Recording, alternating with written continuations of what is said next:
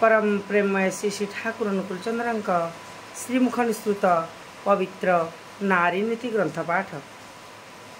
मोर कथा गुड़िक जो तुम केवल कथा और चिंतार खोराक मात्र हुए करवा आचरण भितर दे से गुड़िक जदि वास्तव में फुटे तोड़ न पार तेरे पाइबा जे तुम साच्छन्न रहीजा किंतु अति निश्चय तुमर मो छद्मवेशी मातृभाव अनेक दुर्बल चेता नीच चिंतापरायण पुरुष विशेषतः तादृश युवक माने से मानकर कामलोलुपता को भातृत्व व संतानत्वर मुखा पिंधाई माँ माउसी भाई भौणी इत्यादि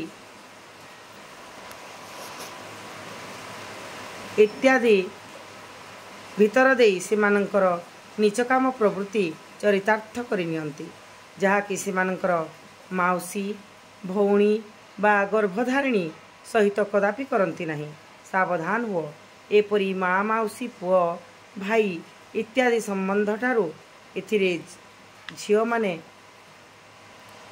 काम भाव रे उद्दीप्त होई एपरी पुरुषंक ठारे बलि पड़ती फल आत्मविक्रय करने को बाध्य हुंती।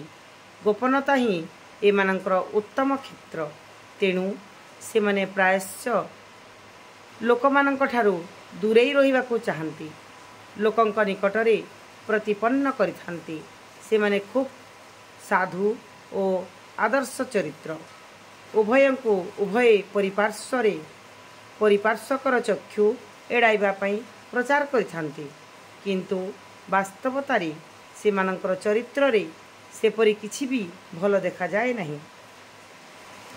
जे केही हेउना काहेकि पूर्व रुही सावधान हुआ आउ जदि भूल करी किछि दूर अग्रसर होता यही सब लक्षण देखिबा मात्र ही घुंची छिड़ा हुआ मन को संयत कर पददलित करी उपयुक्त शिक्षा दे ताहाकू विदाय कर बुझिब नेकड़ा बाघ मध्य एमानंक ठारू चरित्रवान।